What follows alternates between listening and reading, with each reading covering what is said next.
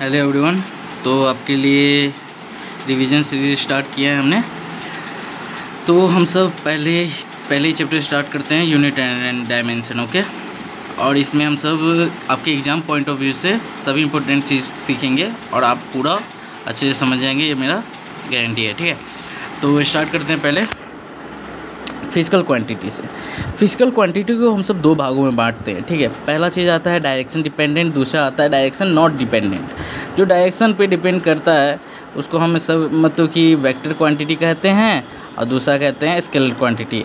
Physical quantity का दूसरा point आता है डिपेंडेंस, मतलब कि इसका कह सकते हैं कि फंडामेंटली और ड्राइव, मतलब कि कह सकते हैं कि जिस छोटे चीज़ से हम सब एक नए चीज़ को मतलब एक देखो, जैसे कि यह एक ईंटा है। ठीक है, इससे हम किसी मकान को बनाते हैं तो उसको बोलते हैं ड्राइव क्वांटिटी, और जिस ईंटे से बनाए उसको फंडामेंटल क्वांटिटी। ठीक है, इसको कह देना। ठीक है, आप देखते हैं दूसरा चीज़। ठीक है, यूनिट जैसे कि कुछ भी हो सकता है, unit 2 metre, 5 degree, 7 ampere. Unit का कोई प्रॉब्लम नहीं है। Unit is the smallest thing that define, ठीक है, एनीथिंग।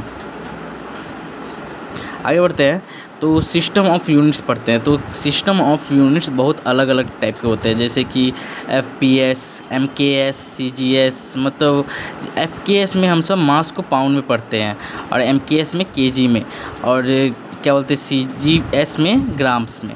वैसे लेंथ को FPS में फुट में पढ़ते हैं और MKS में मीटर में पढ़ते हैं, और CGS में हम सब सेंटीमीटर में। टाइम को सेकेंड्स SSS में देखते हैं। ठीक है, तो मैं इसको और बताता हूँ।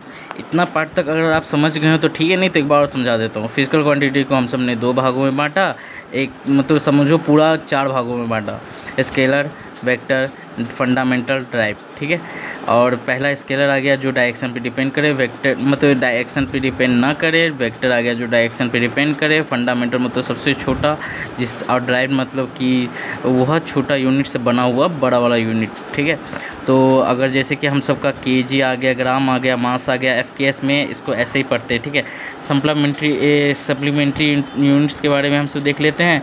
तो यह छोटा वीडियो होने वाला है, तो इसके लिए मैं ज़्यादा डिटेल में नहीं बता रहा हूँ। जितना है आप सब समझते होंगे और फार्मूला लिखा हुआ है, आप सब समझते जाएंगे। ठीक है, ये एंगल थीटा इस पर सबटेन कर रहा है, ये आर्क लेंथ है R है। ठीक है, अगर हमको इस थीटा का वैल्यू निकालना पड़ेगा तो हम इस आर्क लेंथ को हम सब रेडियस से डिवाइड करके इसका हम सीधा एंगल निकाल सकते हैं।